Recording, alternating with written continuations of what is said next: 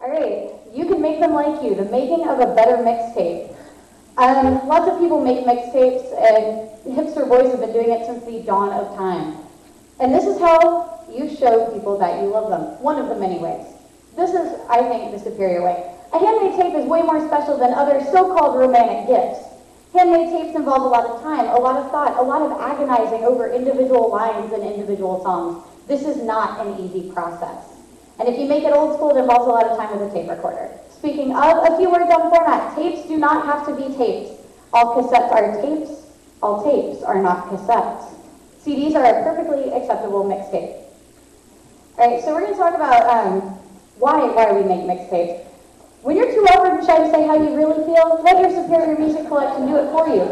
Sometimes we just don't know how to say things that we need to get on off our chest. You know, maybe you like someone, you hate someone. We're going to focus on one kind of tape today, the I like you tape. I like you tapes are easy. They're too easy. They can be a little ham-fisted. All you really need for an I like you tape is a bunch of songs that proclaim loudly, I like you, and a total lack of shame.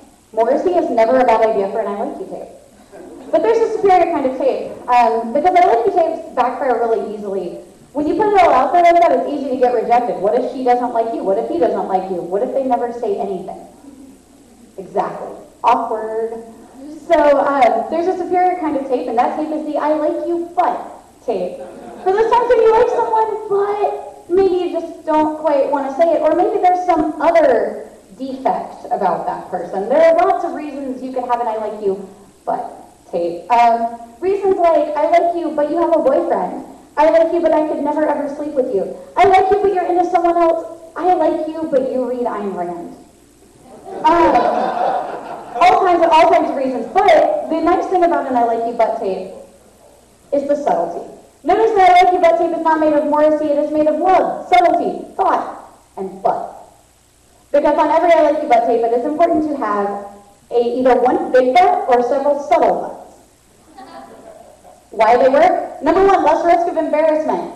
Number two, it messes with their head. If they know it's an I like you but tape, they have to figure out what the but is. And also, if they don't respond well, you can always console yourself with, well, he was a vegan anyway. Right. As with all things, there are rules. And all things that are good anyway, there are rules. And these are a few of the basics. These are by no means a complete set of the rules. These are just the ones that I think are most important to making a good tape. All right. So as John Cusack says in High Fidelity, the making of a good mixtape is a very subtle art. You are using someone else's poetry to express how you feel. This is the point. And this is sort of the core value in any good tape. And you need to keep that in mind while you're making it. Number two, know your audience. Know what he or she likes. Don't make them a metal tape if they like Belle and Sebastian. Aim for things close to what they've got, but not things that they already have. You want to maybe do some research. That's, research is always important. Say it in 16 songs or fewer.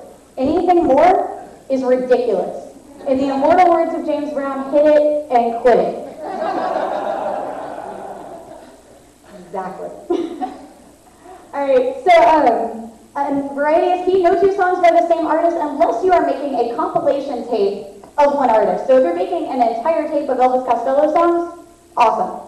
One way to get around this though, let's say you want to put a Pixie song on a tape, you can also include a Frank Black song.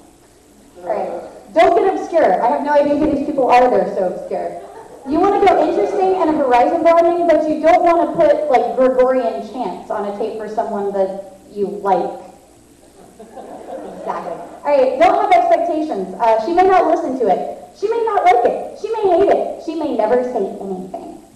And the point is to go in with an open mind and let those other people's poetry speak for you. All right, a couple style pointers. Bonus points for old school construction, meaning cassette tapes, radio, etc. Although no one can play cassette tapes anymore, so that violates the obscurity rule. Pretty track list, include a track list. And inside jokes are always good. If there's something you've talked about, something you've shared, a song that perfectly captures that moment, say it. All right, a word about slow jams. There's only one word. Don't. Not on an I like you but tape. The slow jam cancels out the but. Just saying. And if all goes well, or at least, an agonizing relationship that you can make more tapes for. All right, that's all I got.